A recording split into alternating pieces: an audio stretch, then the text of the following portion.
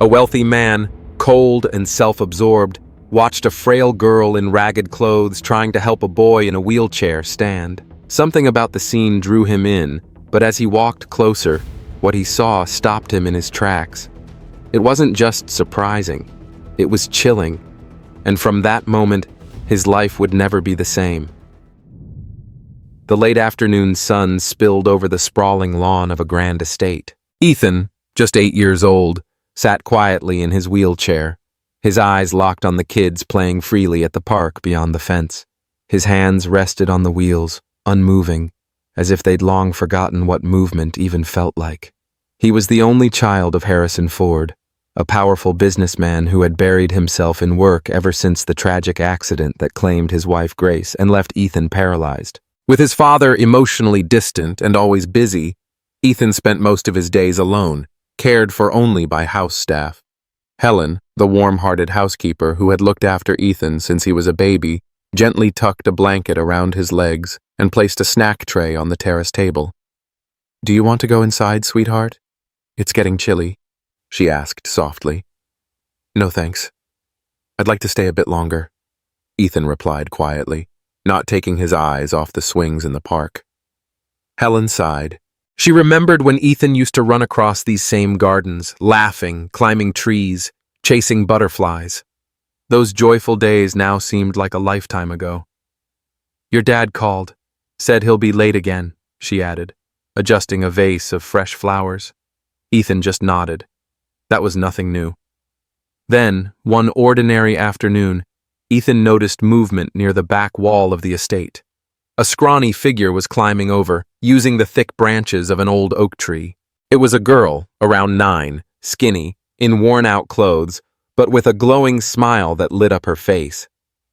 "Hi, can I play with you?" she asked, walking up to Ethan like they were old friends. He blinked, startled. "With me?" "Well, I don't see anyone else here, do you?" She grinned, plopping down on the grass in front of him. "I'm Hope. I see you all the time from the park. You're always alone." Ethan didn't know what to say. It had been so long since anyone had come just to spend time with him, especially a child.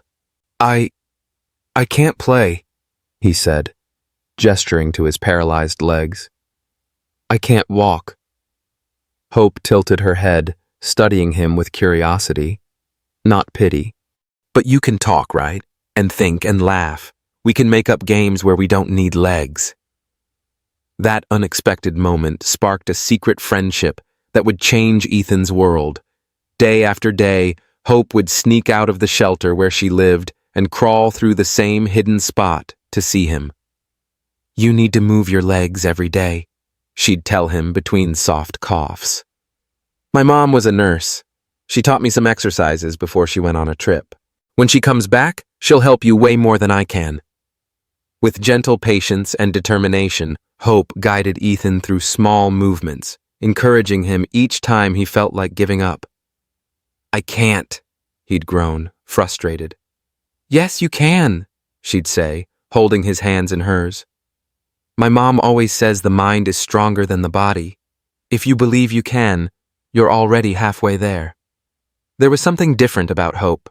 She was fragile, yes, often hiding a deep cough that revealed a sickness she tried to ignore. But she also had this radiant spirit, a joy that couldn't be shaken. Her faith, pure, fierce, and steady, seemed to lift Ethan in ways no medicine ever had. One afternoon, while they were doing another exercise, Ethan noticed a pendant hanging around her neck, an angel charm with the letters MG etched into the silver.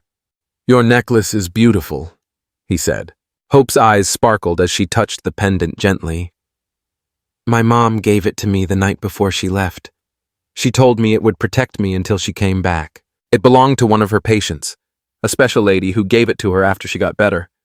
My mom said the angel watches over me, just like she does." Helen had noticed Hope's secret visits, and though surprised at first, she couldn't deny the happiness the little girl brought to Ethan.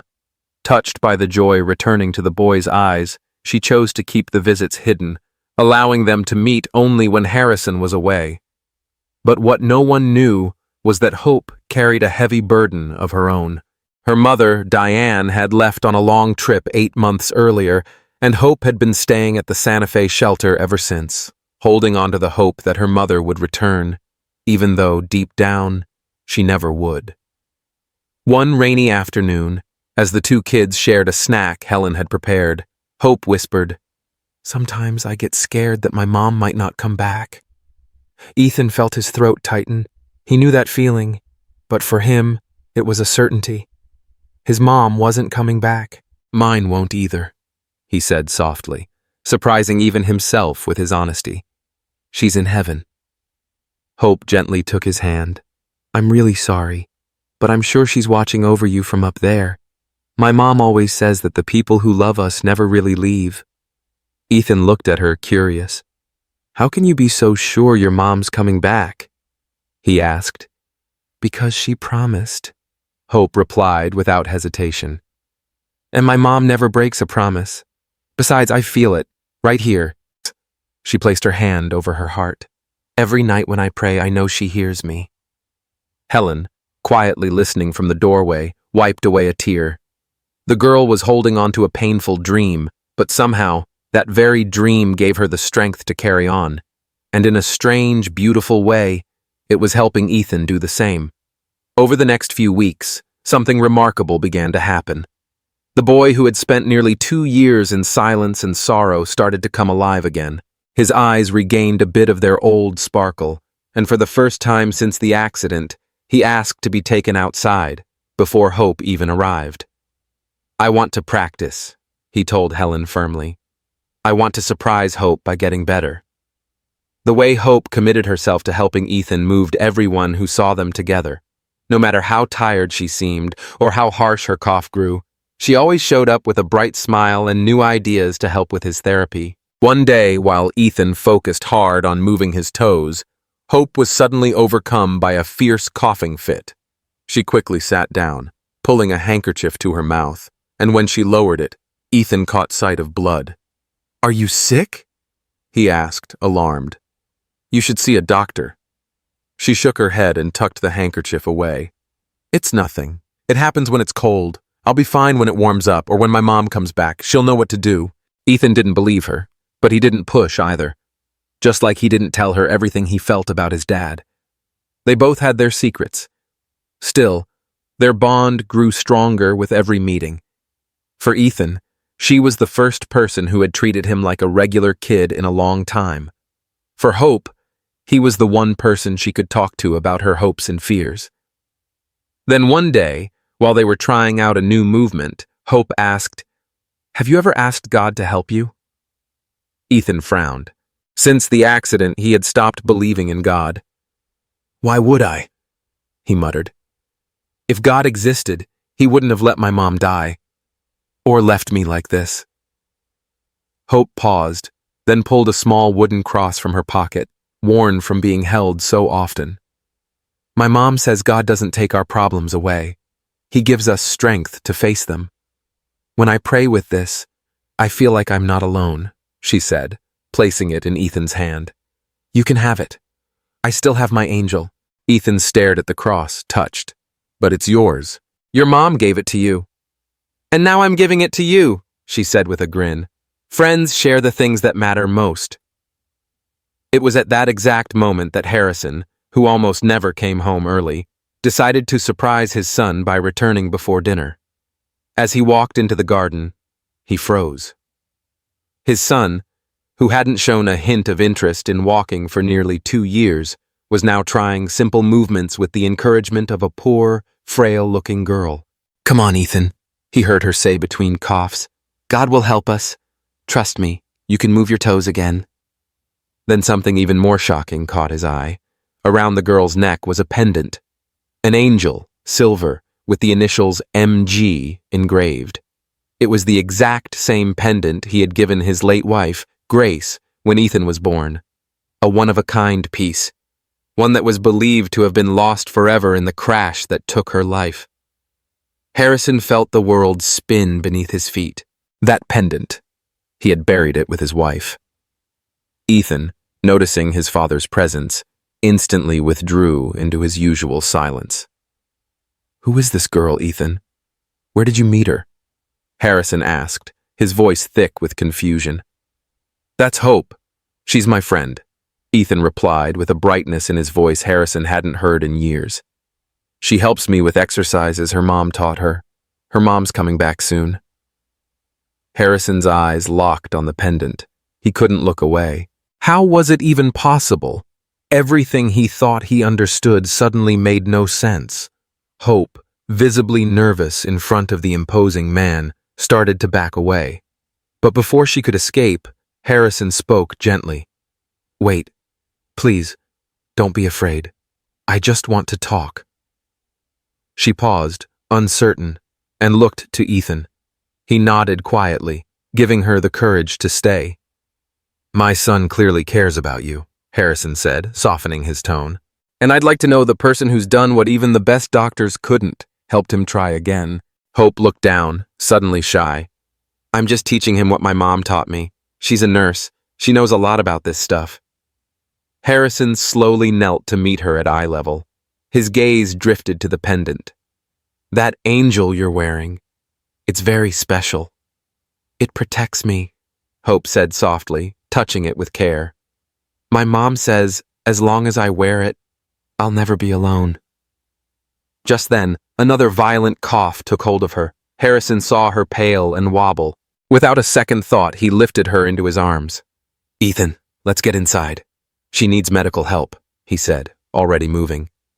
As Helen prepared the guest room and Harrison called his private doctor, Ethan watched Hope with a deep worry in his eyes. For the first time in a long while, he felt something mattered more than his own pain. She's going to be okay, right, Dad? He asked, his voice trembling. Harrison looked at him, surprised by the emotion behind the question. How long had it been since Ethan cared this deeply for someone else? We'll do everything we can, he promised, resting a reassuring hand on Ethan's shoulder. Everything humanly possible. While they waited for the doctor, Harrison sat beside Hope's bed. Her feverish eyes searched his face with curiosity. Can I ask you something, sir? She whispered. Of course, he replied. Why is Ethan always so sad? He has a nice home, good food, and people who love him, but his eyes are always sad, like he lost more than just his mom. The question hit Harrison hard. How could this little girl see what he had been blind to for so long? I think he's lost hope, he admitted, feeling the weight of the words. And maybe, so have I. Hope gave him a faint smile. My mom says hope is the last thing to go.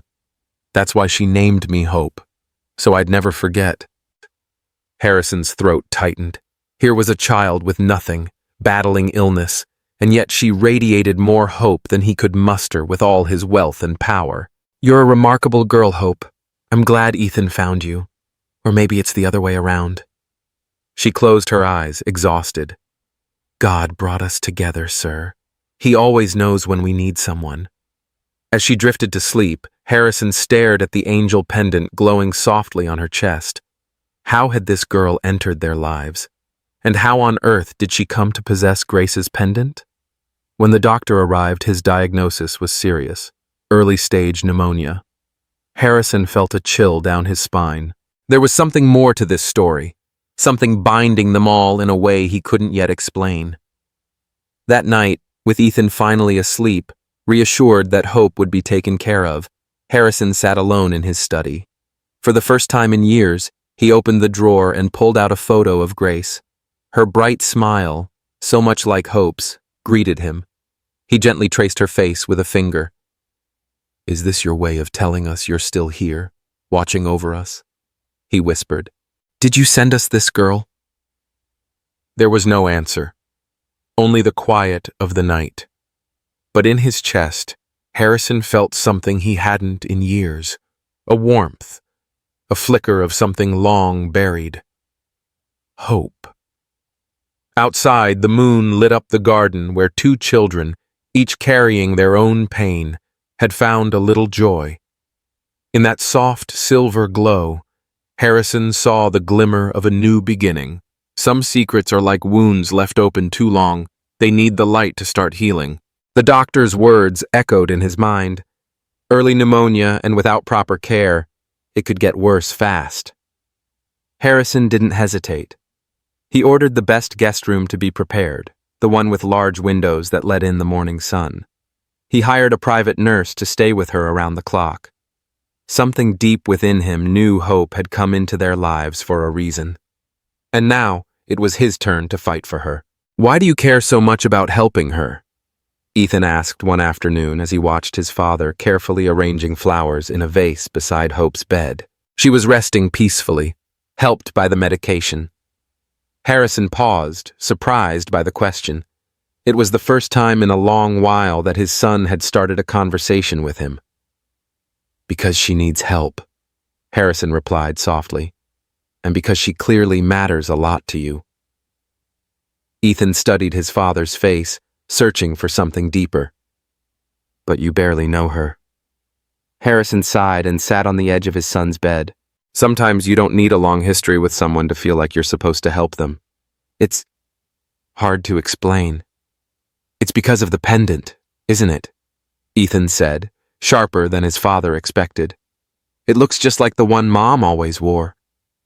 Harrison nodded. There was no point in lying, not to those eyes. So much like Grace's. "Yes, that too. I need to understand how she ended up with it. She says her mom gave it to her, and that it used to belong to a special patient." A chill ran through Harrison. Could it be that Grace had lived long enough to pass the pendant on? The doctors had told him she died instantly in the crash, but now, things weren't adding up. "Dad?" Ethan's voice broke into his thoughts. "Do you think Mom knew Hope's mom?" "It's possible," Harrison answered, gently brushing his son's hair. "And if she did, we need to find out how and why." Over the next few days, as Hope slowly got better, Harrison started digging into the past. He contacted the hospital where Grace had been taken after the accident and requested her medical records. The hospital director, an old friend, agreed without hesitation. That evening, a sealed envelope was delivered to the house. Once everyone was asleep, Harrison opened the file, heart pounding. He combed through medical notes, timelines, and names until one stood out. Diane Gutierrez, ICU nurse, assigned to Grace Ford during the 3 days she remained alive after the crash. Harrison dropped the papers, stunned. Grace hadn't died on impact like they had told him. She'd survived. 3 whole days. And during that time, he hadn't even asked about her.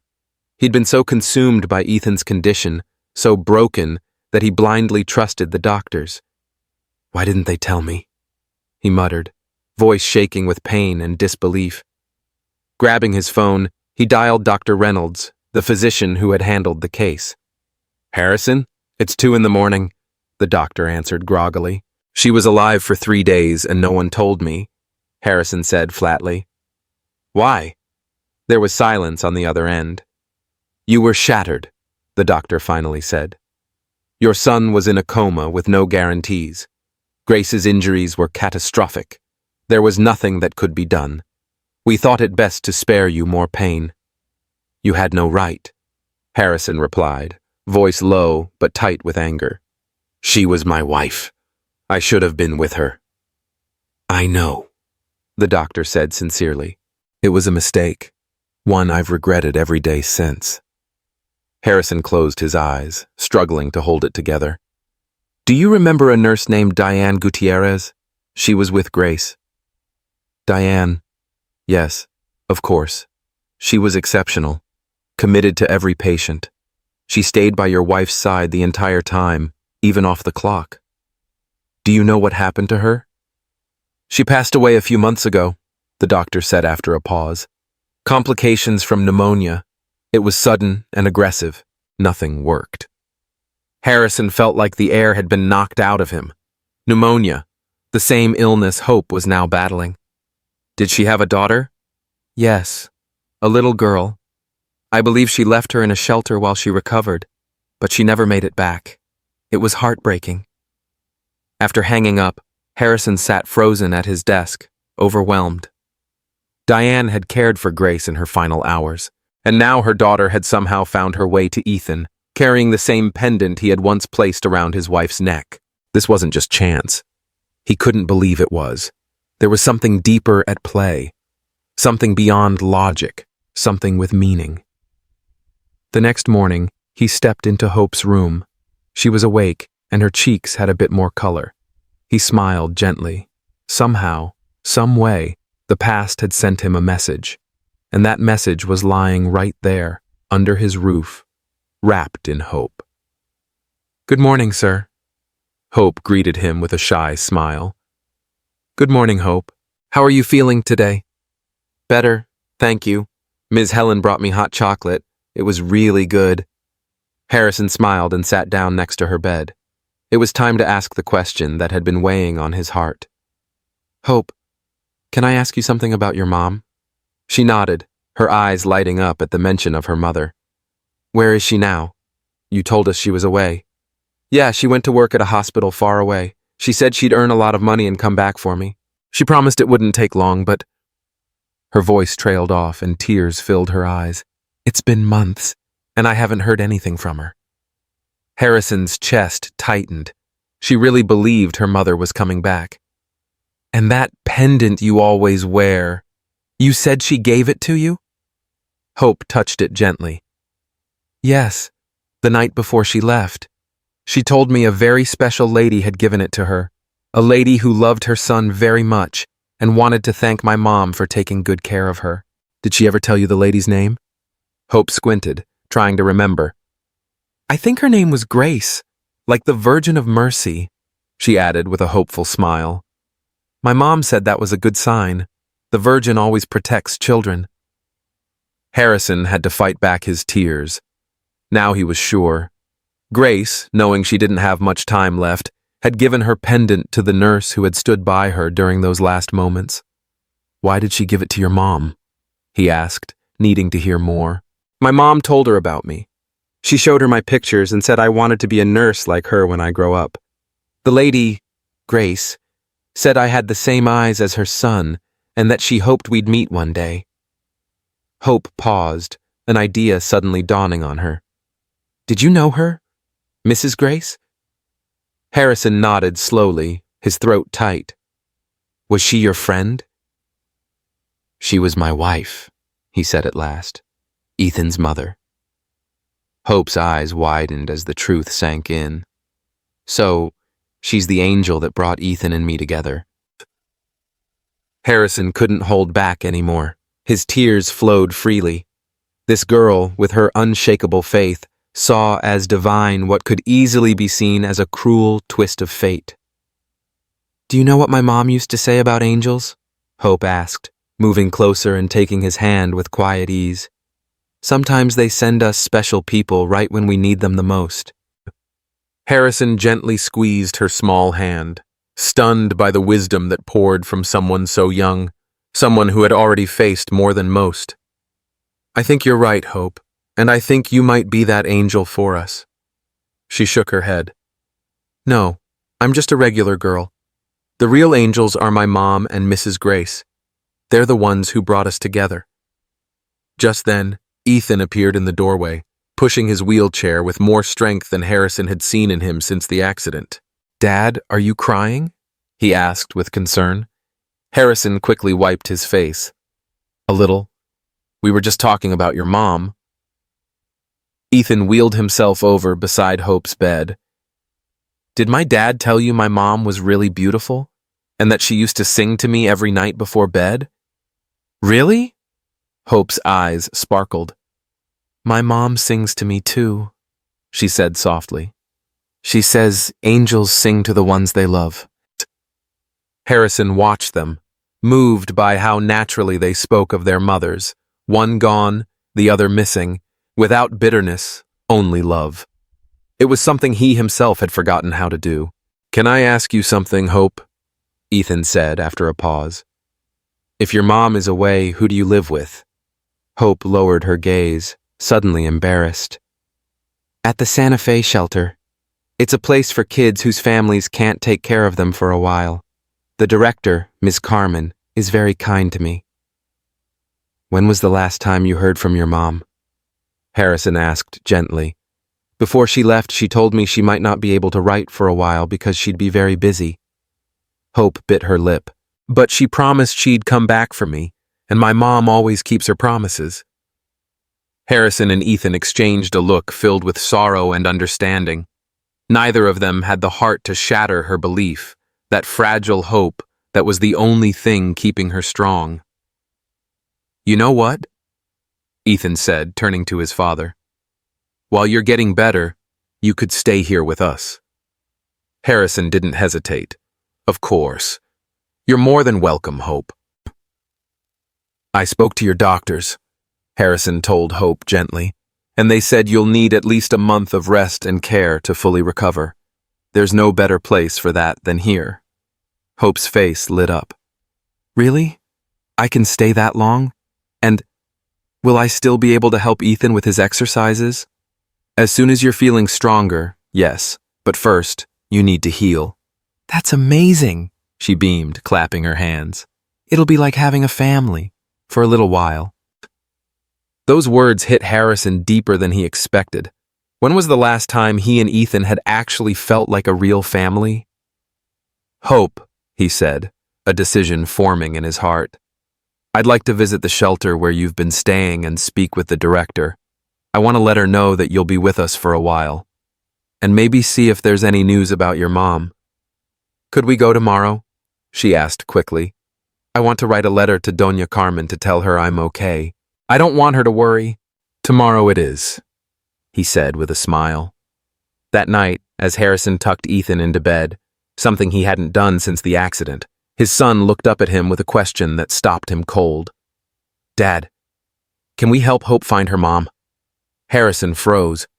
How could he explain to a child that Hope's mom had already passed away, that the hope keeping her going was built on something heartbreaking? "Ethan," he began carefully, "there's something you should know about Hope's mom. Sometimes the people we love, they can't come back to us, even if they really want to." Ethan's eyes filled with understanding. "Is she in heaven? Like Mom?" Harrison nodded, feeling his chest tighten. "Yes, I believe so. But Hope doesn't know that yet, and I don't know if it's my place to tell her." "Then maybe you shouldn't tell her. At least not yet," Ethan said with quiet maturity. "It would make her really sad, and when you're sad, it's harder to get better." Harrison stared at his son, amazed at his insight. "You're right. For now, let's just focus on helping both of you heal, your legs and her illness."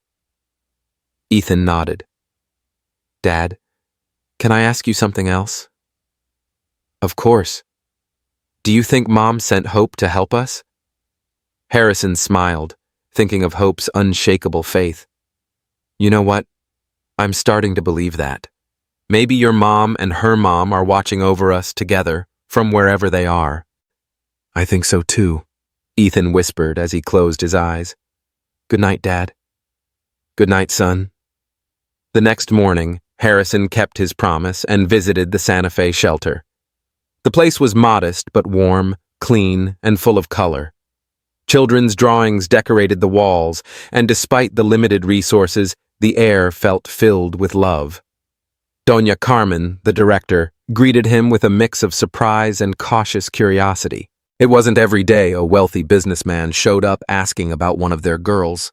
"Hope is truly special," she said after hearing Harrison's story. "She's always smiling no matter what. The other kids adore her." "What can you tell me about her mother?" Harrison asked, not wanting to waste time. Doña Carmen sighed, folding her hands on the desk. "Diane was an extraordinary woman. Raised Hope on her own after the father disappeared when the girl was just a baby. She worked double shifts at the hospital to give her daughter the best life she could. What happened to her? How did she get sick?" "She caught pneumonia from one of the patients she was treating. At first, it seemed like a cold, but it got worse fast. Diane was stubborn. She didn't want to stop working because they needed the money. She kept going. Until one day she collapsed during her shift." "And Hope?" "She brought her here when she started feeling sick. Told us it would only be for a few days while she got better. She didn't want to scare Hope, So she told her she was going on a trip. Doña Carmen paused, visibly moved. We never told the girl the truth. We didn't know how. Then she created this whole story about her mom working far away, earning money and coming back for her. And we just couldn't take that hope away from her. Harrison nodded, completely understanding the impossible choice they'd faced. What happened to Diane's things? She didn't have much. Her landlord sold most of it to cover the back rent. We only managed to save one box with some photos and a few letters. We kept them for Hope. May I see them? Doña Carmen hesitated, then slowly walked to a cabinet and pulled out a small cardboard box. This is all that's left of Diane's life. Harrison opened it with quiet reverence. Inside were a tiny photo album, some neatly tied letters, and a sealed envelope with Hope's name written carefully across the front. What's this? Harrison asked, pointing to the envelope. It's a letter Diane wrote for her daughter before the end, Doña Carmen replied softly. She asked us to give it to Hope when she was older, or when we were sure she was ready to hear the truth. Harrison nodded, understanding and respecting that decision. He continued looking through the items in the box until something caught his eye, a photo of Diane beside a patient in a hospital bed. He instantly recognized the woman. It was Grace. With trembling hands, he turned the photo over. On the back was a handwritten note. With Grace, my special patient. She reminded me why I chose to be a nurse. May I take this box with me? Harrison asked, his voice gentle. I promise I'll take care of it and return it when the time is right for Hope to see what's inside. Doña Carmen studied him for a long moment, as if searching his face for sincerity. Why are you doing all this, Mr. Ford? Why does this matter so much to you? Harrison held her gaze. Because I believe there's a reason our lives crossed paths. My son had nearly given up on life, until Hope walked into it. And as it turns out, my wife, before she died, met Hope's mother. She gave her a pendant, one that Hope now wears.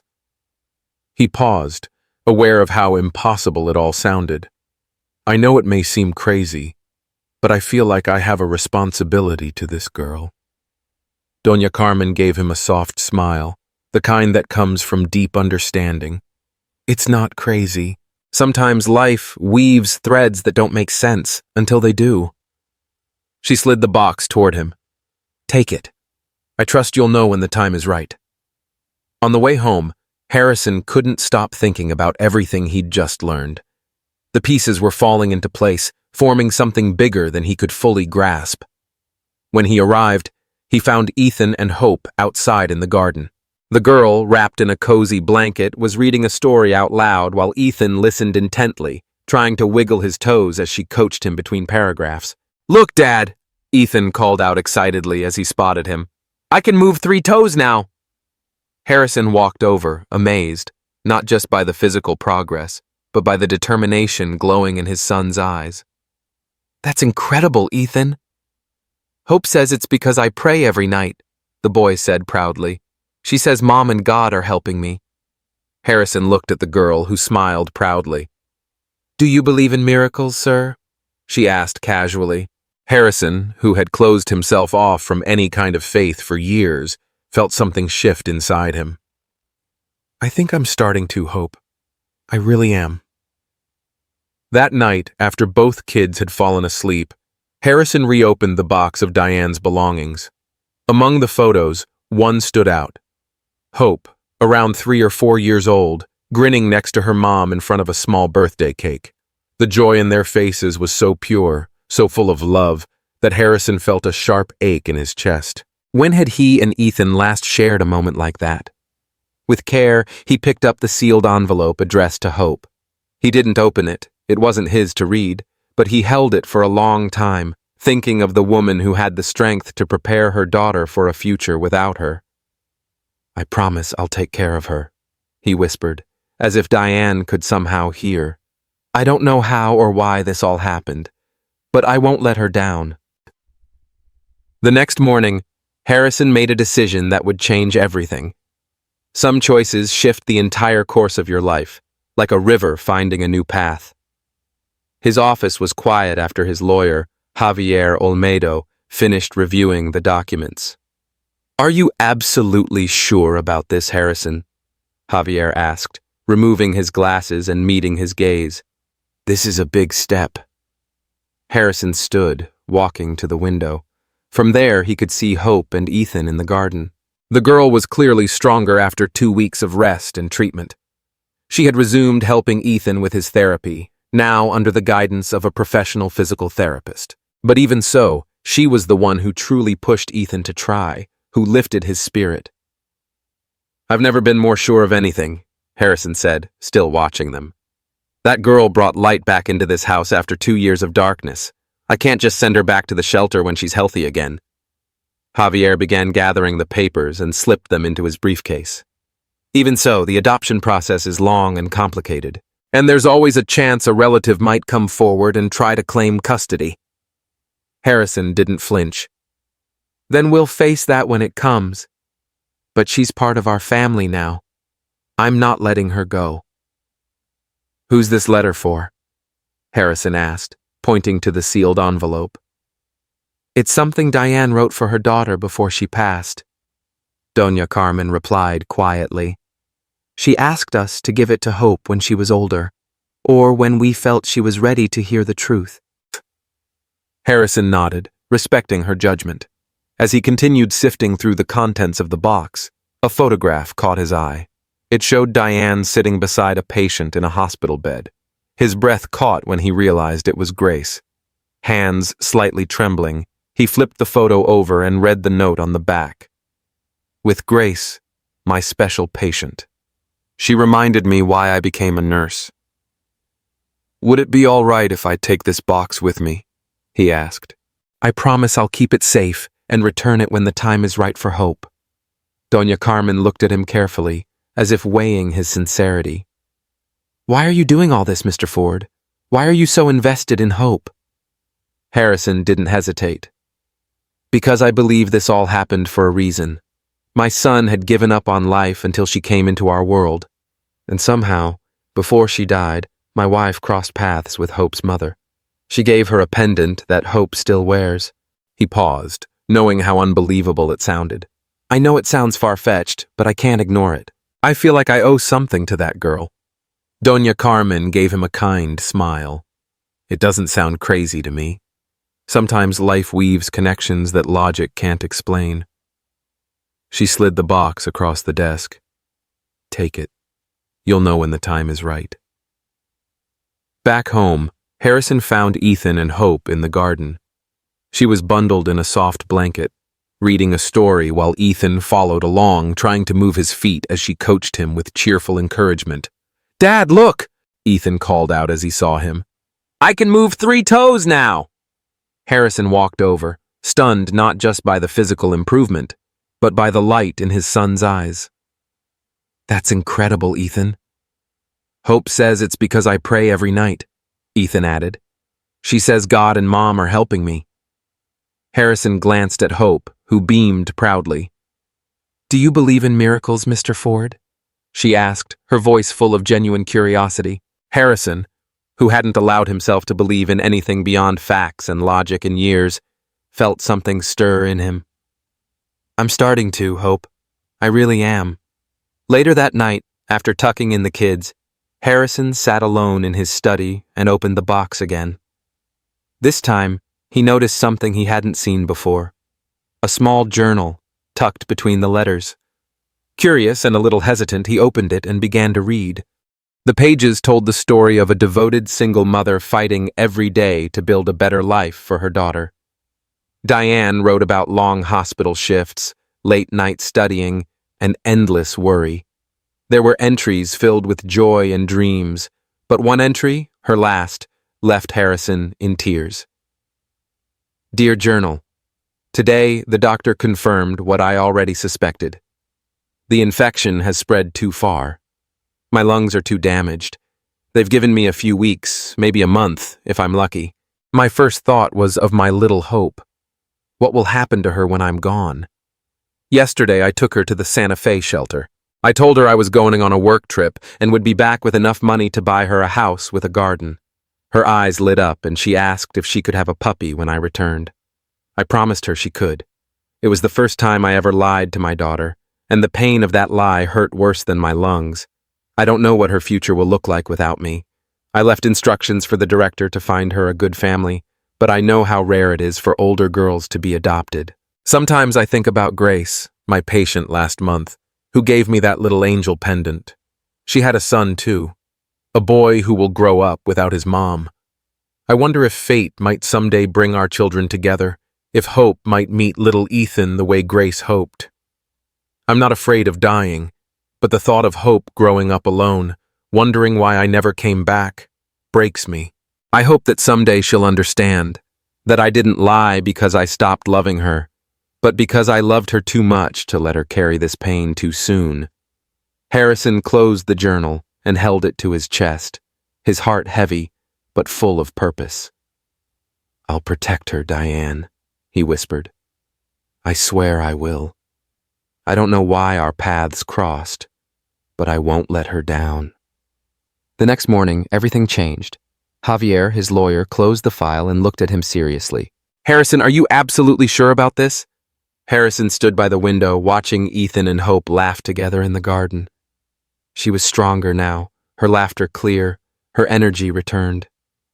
Ethan was smiling more, pushing himself further each day. "I've never been more sure," he said.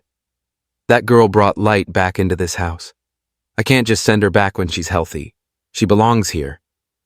Javier nodded, closing his briefcase. "The adoption process won't be easy.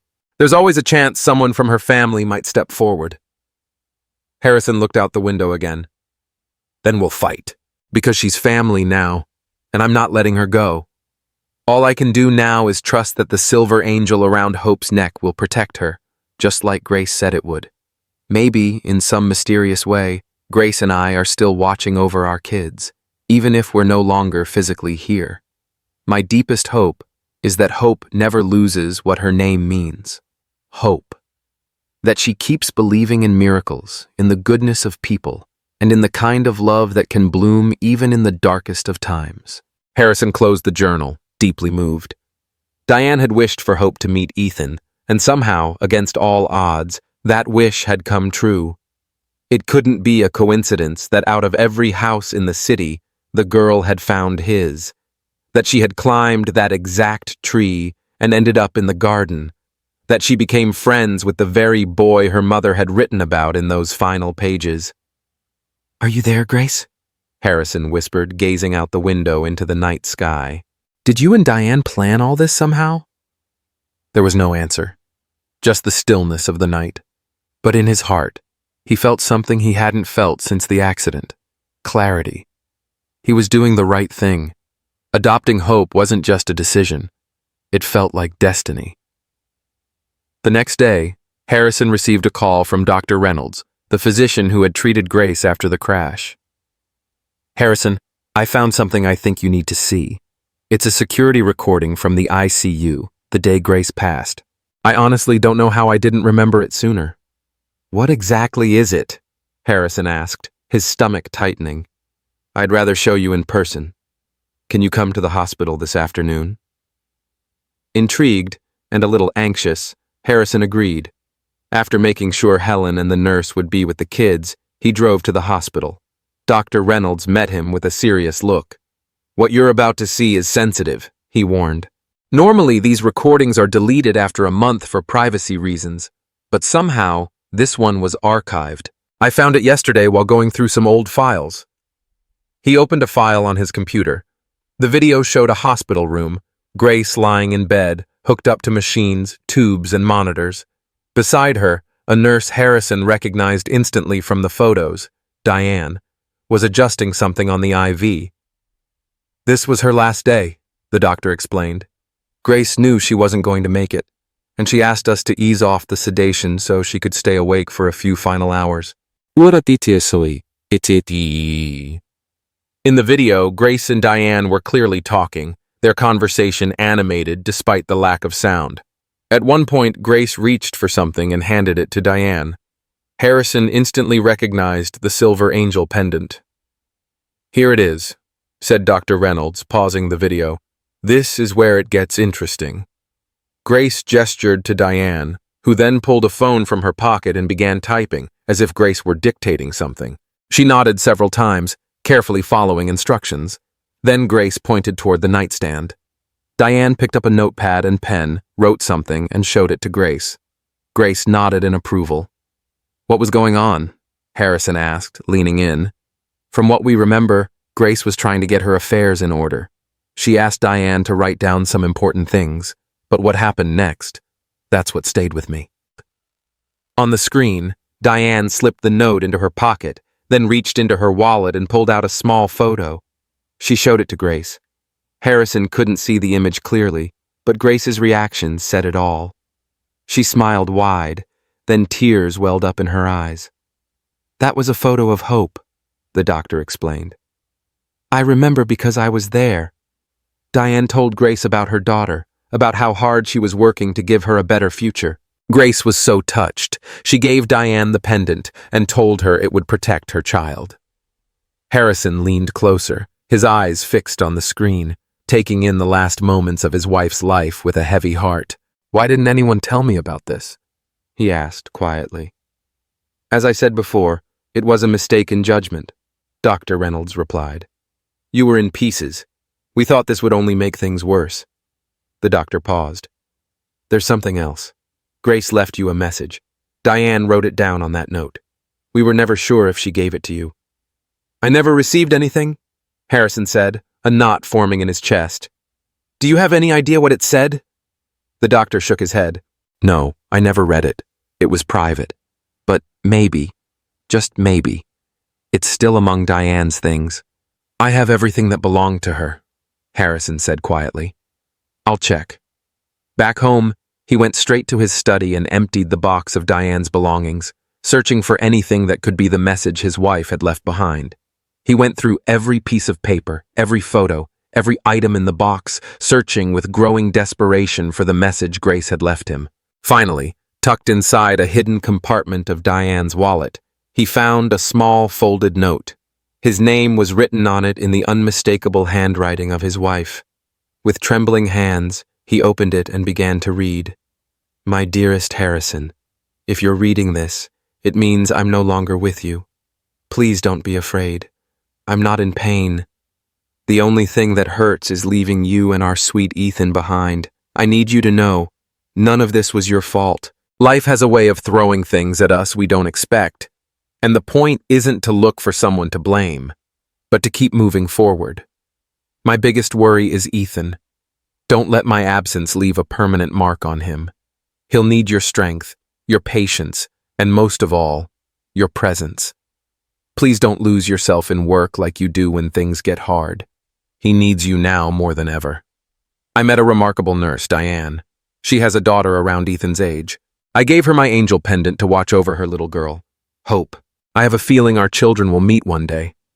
And when they do, I hope they can help each other heal. Don't shut yourself off from love, Harrison. You have so much of it to give. Ethan will need all of it to get through this. I'll love you always, from wherever I am. Grace, Harrison whispered, letting the note slip from his fingers onto the desk. His heart ached with emotion. Even in her final moments, Grace had thought not of herself, but of Ethan. And somehow, she had known. Somehow, she had sensed that hope would find her way into their lives. "You were right," he murmured, wiping tears from his cheeks. "You were right about everything." Just then, laughter floated in from the garden. Harrison walked to the window and saw Ethan and Hope playing cards under the afternoon sun. His son, who had been drowning in quiet sadness for so long, was laughing openly, his head tilted back, his eyes shining. In that moment, Harrison knew what he had to do. The plan Grace had whispered into the universe, it was time to fulfill it. That evening, after dinner, he gathered the children in the living room. He had practiced what he wanted to say, but now that the moment had arrived, the words felt small. "Hope, Ethan, there's something important I want to talk to you both about," he began, sitting across from them. The kids looked up at him with curiosity. Hope, ever perceptive, sensed the seriousness behind his calm tone. "Hope," he continued, "you've been with us for almost a month now, and you've brought so much light into this house. It's hard to remember what it was like before you came." The girl smiled, but there was hesitation in her eyes. "Does this mean I have to go back to the shelter? My cough is better now." No, not at all," Harrison said quickly. "Actually, I'd like to ask the opposite." He looked at her with warmth. "I want you to stay, not just while you recover, but for good." Hope's eyes went wide. "Forever?" "Yes, I'd like to adopt you, Hope. I want you to be part of our family. I'd love for you to be Ethan's sister." Ethan burst out with joy. "Yes, that would be amazing, Hope. We could always be together." But to their surprise, Hope didn't smile. Her expression grew uncertain, even fearful. "But what if my mom comes back? She said she would. What if she goes to the shelter and I'm not there?" Harrison's heart ached. This was the moment he'd dreaded, the one he knew had to come. He gently took Hope's hands and looked her in the eyes. "There's something I've needed to tell you, something I've been trying to find the right time to say." Hope stiffened, sensing what was coming. "Your mom, Diane, was an incredible woman. She cared for my wife, Grace, in her final days at the hospital. They became very close, even in that short time." He paused, then continued softly. "Your mom didn't go on a trip. She got very sick, much sicker than you were. She's in heaven now, with Grace." Hope's eyes filled with tears, which began to spill silently down her cheeks. "My mom is gone?" she whispered. "Like Ethan's mom?" Harrison nodded, his voice barely audible. "Yes, sweetheart. I'm so sorry." "Why did she lie to me?" she asked through sobs. "She promised she'd come back. She said she never breaks her promises." Harrison opened his mouth to answer, but before he could, Ethan slid closer to her and gently took her hand. "She didn't lie," he said softly. "She came back. Through you. You brought her here. To us." Harrison looked at his son, amazed by his wisdom. "Ethan's right. Your mom didn't want you to suffer, Hope. That's why she told you she was going on a trip. But before she passed, she made arrangements for you to be adopted by a loving family. And I truly believe that somehow she and Grace made sure our paths would cross." "How?" Hope asked through quiet sobs. Harrison reached into his pocket and pulled out the letter from Grace. He handed it to her gently. "My wife wrote this before she passed. There's something in it I think you should read." With trembling fingers, Hope opened the note and read the section aloud where Grace spoke about Diane and her daughter. When she finished, she looked down at the silver angel pendant resting against her chest. "So, the angel brought us together?" she asked softly, her voice still heavy with grief, but laced with wonder. "I believe so," Harrison said, his voice full of warmth. "And I think your mom would be happy to know you've found a new home with us, if that's what you want." Hope looked over at Ethan, whose eyes pleaded with hope, and then back to Harrison, who waited patiently for her answer. "But what if I let her down?" she whispered. "She wanted me to be a nurse, to help people. What if I'm not good enough?" "You will be," Harrison said with certainty. "If that's the path you choose, I'll help you get there. But no matter what you become, the most important thing is that you grow into the person you were meant to be." Hope was quiet for a long moment, trying to take in everything she'd just learned. At last, with tears still streaming down her cheeks, but a new spark of courage in her eyes, she nodded. "I want to stay. I think that's what my mom and Grace would have wanted." Ethan couldn't contain his excitement. He threw his arms around Hope in a big, warm hug. Harrison joined them, wrapping both kids in his embrace. "We'll be a family," he said, voice thick with emotion. A different kind of family, one held together by something stronger than blood, love and hope. That night, Harrison stepped into the room they'd prepared for Hope. She was already in bed, but still awake, holding the angel pendant in her hands. "How are you feeling?" he asked, sitting at the edge of the bed. "Sad, but kind of happy too," she admitted honestly. "Sad because my mom's not coming back, but happy because now I understand why I felt like I had to help Ethan. It was like she was guiding me." Harrison smiled, moved by the strength of this little girl who had lost so much, yet still found light to hold on to. "I have something for you," he said, reaching down for the small box he had brought. "These are your mother's things. The shelter kept them safe for you, photos, letters, and this envelope with your name on it." Hope took the envelope carefully, immediately recognizing her mother's handwriting. "Can I open it now?" "Of course. It's yours." Slowly, she opened it and unfolded a letter written in Diane's steady, loving hand. "My sweet Hope, if you're reading this, it means I'm no longer with you in this world. I want you to know. Leaving you has been the hardest thing I've ever had to do. I didn't go on a trip like I said. I was very sick, and I knew I wouldn't recover.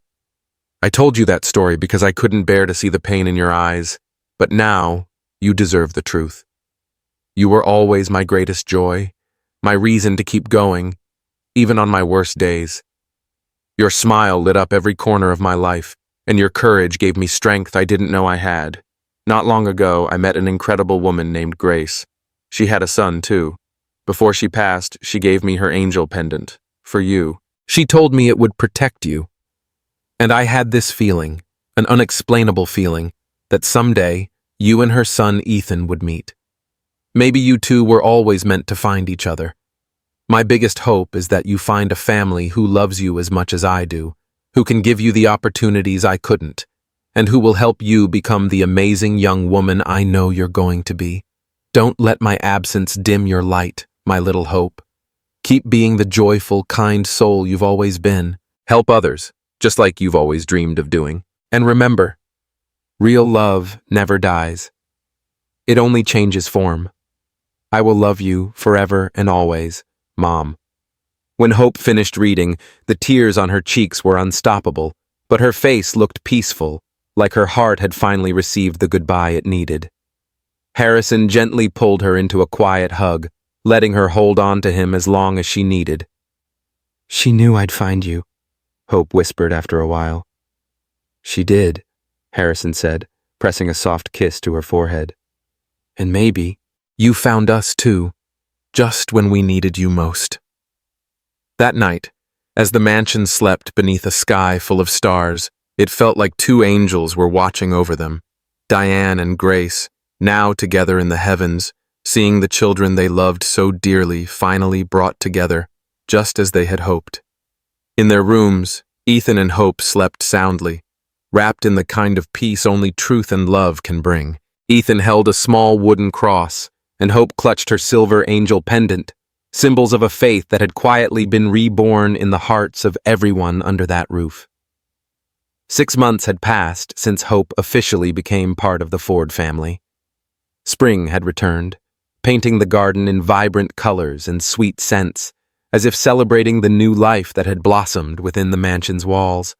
Harrison stood on the terrace, watching as Hope pushed Ethan's wheelchair down the stone path. She was no longer the pale, frail girl he'd met months ago. Her cheeks were rosy, her hair shone in the sunlight, braided neatly the way Helen had taught her. "Come on, Ethan, time for your exercises," she called out with that same determined tone she always had.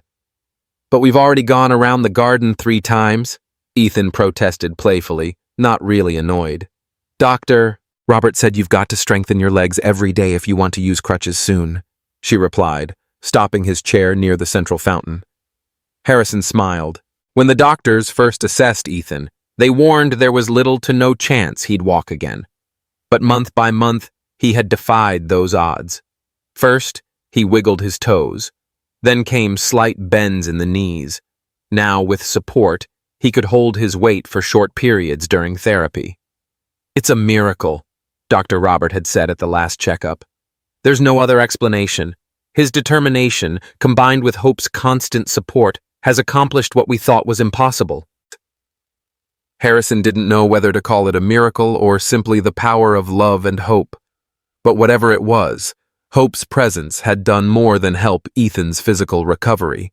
It had lifted the spirit of the entire family. "Dad, come help us!" Ethan's voice pulled him from his thoughts.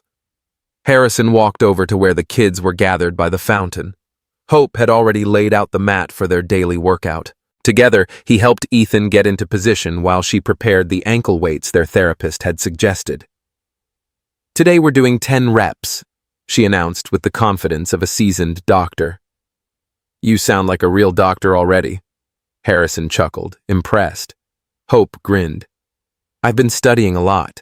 Ms. Carmen says if I keep it up, I might be able to get into medical school one day." Since starting at the local school, Hope had stood out for her intelligence and drive.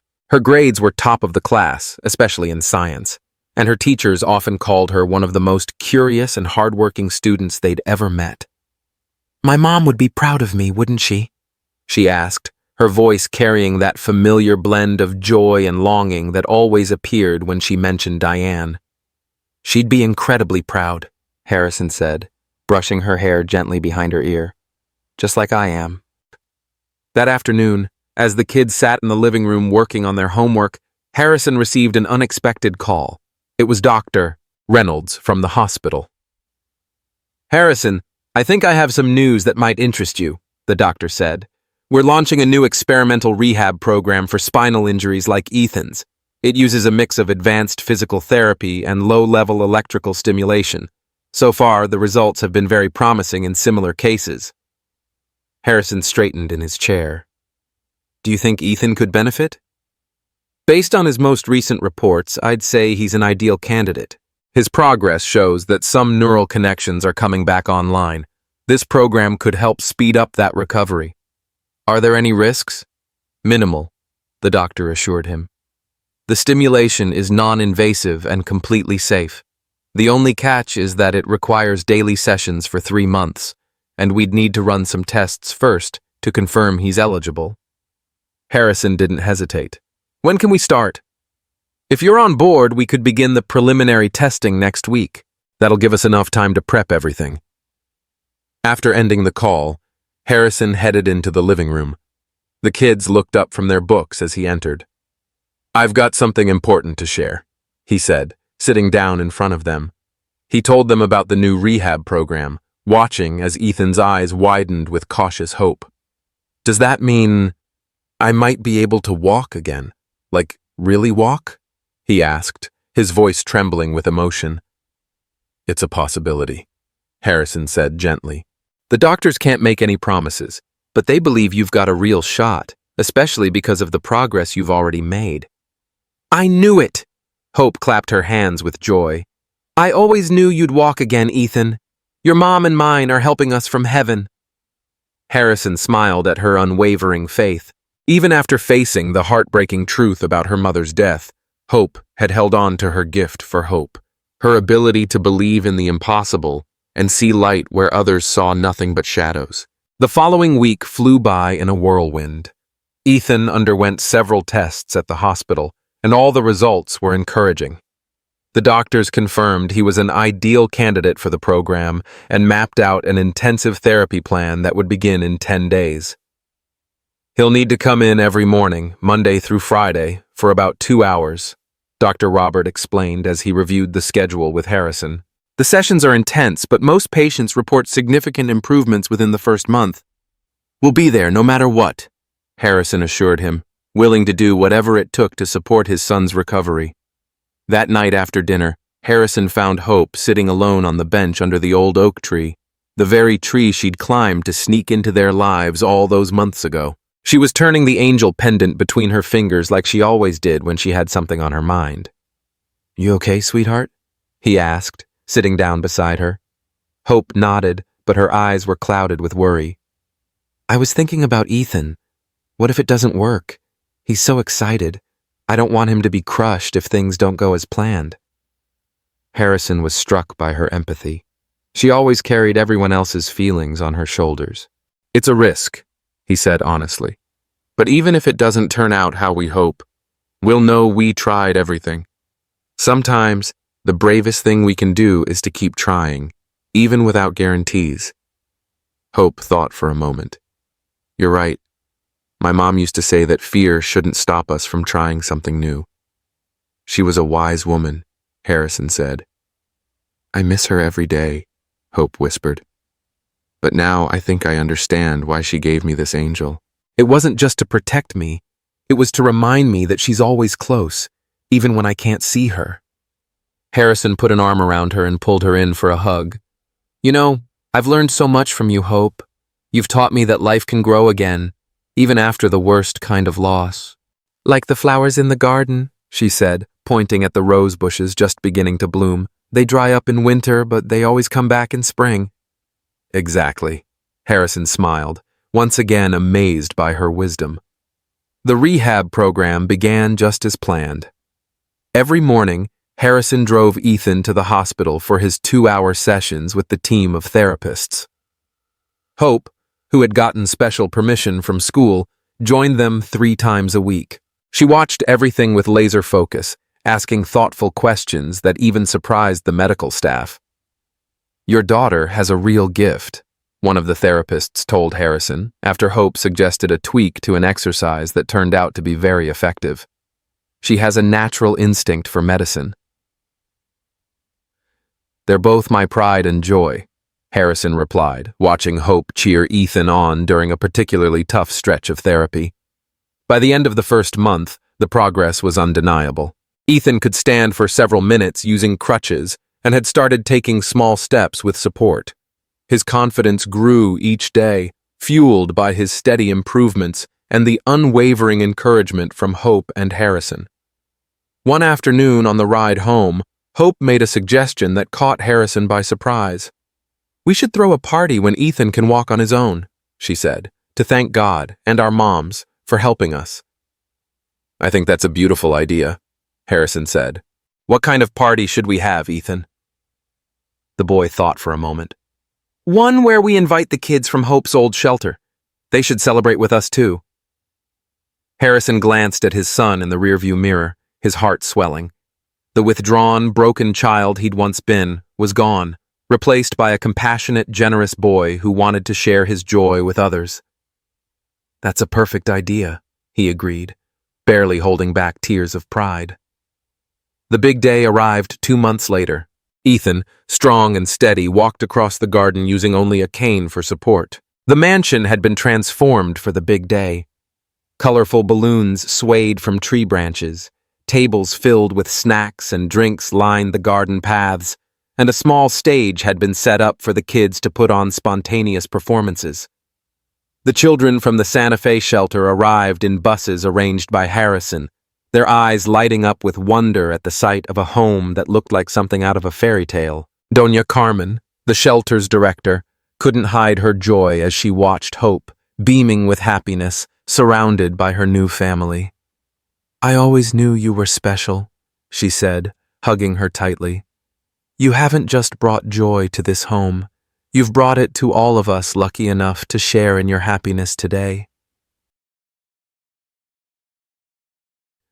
The highlight of the celebration came when Ethan, with all eyes on him, walked unassisted to the center of the garden. A hush fell over the crowd as he took each step slowly but with confidence. When he reached Hope, he took her hand, and together they walked to a polished bronze plaque that Harrison had placed beneath the old oak tree. The plaque carried a simple, powerful inscription, in memory of Grace and Diane, whose hearts still beat through their children. Love knows no limits, not even time or eternity. From a few steps back, Harrison watched with his heart full. In that moment, as golden evening sunlight streamed through the leaves above, he felt absolutely certain that Grace and Diane were there too, watching proudly as their children honored their legacy. Thank you, he whispered, not just to the mothers who were gone, but to life itself, for weaving their paths together in ways he never could have imagined. As the children released balloons into the sky in a symbolic act of gratitude and hope, Harrison truly believed in miracles. Not always the kind you expect or imagine, but the ones that happen when you're finally open to them. 2 years had passed since that afternoon when a little girl slipped through the branches of an old oak tree and changed the Ford family's lives forever. The mansion, once quiet and heavy with sorrow, now echoed with life and laughter. It was a sunny spring Sunday. Harrison sat on the terrace, sipping coffee, watching Ethan race through the garden chasing Hope in a game only they understood. A slight limp in his right leg was the only trace of the wheelchair he once depended on. Doctors still called it a medical miracle, one of those rare recoveries that science couldn't fully explain. "Breakfast is ready, sir," said Helen, setting down a tray of freshly made churros. "The kids will be starving after all that running around." "Thank you, Helen. Is everything ready for this afternoon?" She nodded with a knowing smile. "All set, just as you asked. It's going to be a lovely surprise." Harrison nodded, pleased. Today was important. It marked exactly 2 years since Hope had become part of their lives, and he had planned a special surprise to celebrate. A moment he'd been preparing for months. "Dad, look what we found!" Ethan shouted, hurrying up to the terrace with something cradled in his hands. Hope followed closely, her eyes sparkling with excitement. Harrison leaned forward to see the tiny bird's nest Ethan was holding carefully. Inside, nestled in soft twigs and feathers, were 3 delicate pale blue eggs. "It was on the ground under the oak," Hope explained. "I think the wind knocked it down. We want to put it back, but we can't reach the branch," Ethan added. Harrison smiled at their concern. "I'll grab the ladder. In the meantime, keep the nest warm and safe." Later, as Harrison gently placed the nest back in its spot, with the kids watching intently from below, he couldn't help but marvel at how much they'd grown. Ethan, now 10, was confident, curious, and full of energy. Hope, 11, had held on to her sweetness and fierce determination and was now standing out at school, especially in science. "Do you think the mama bird will come back?" Hope asked softly. "I'm sure she will," Harrison said as he climbed down. "Mothers always find their way back to their children."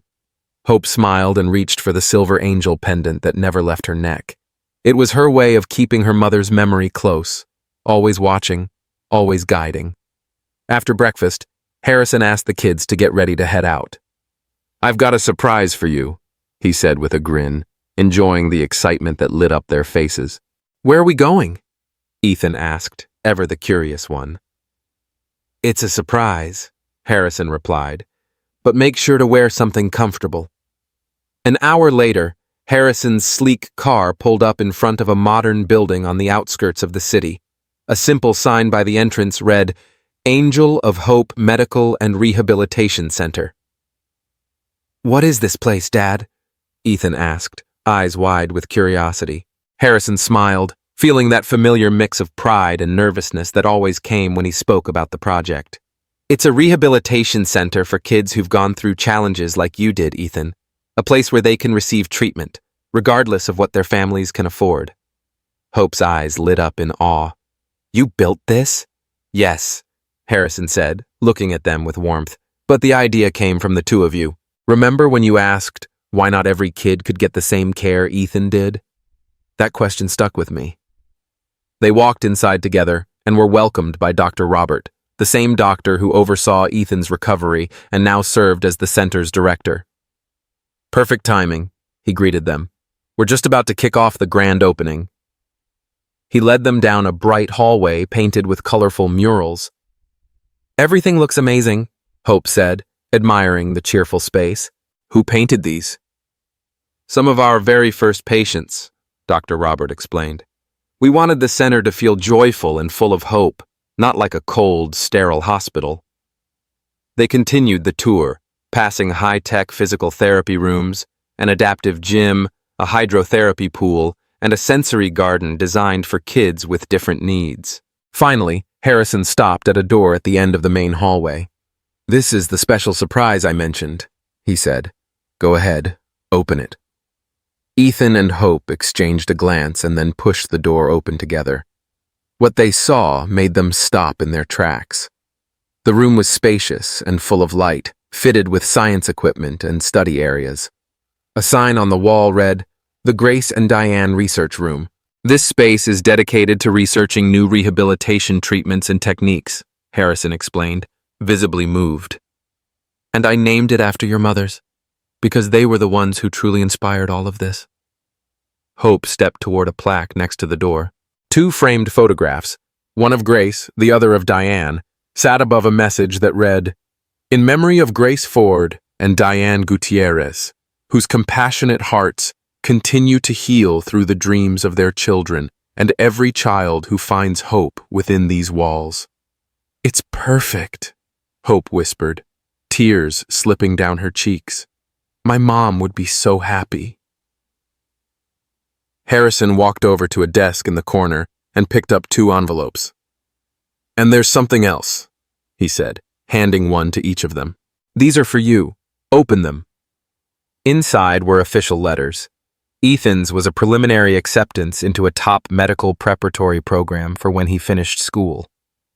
Hope's was a full scholarship to the country's most prestigious science academy.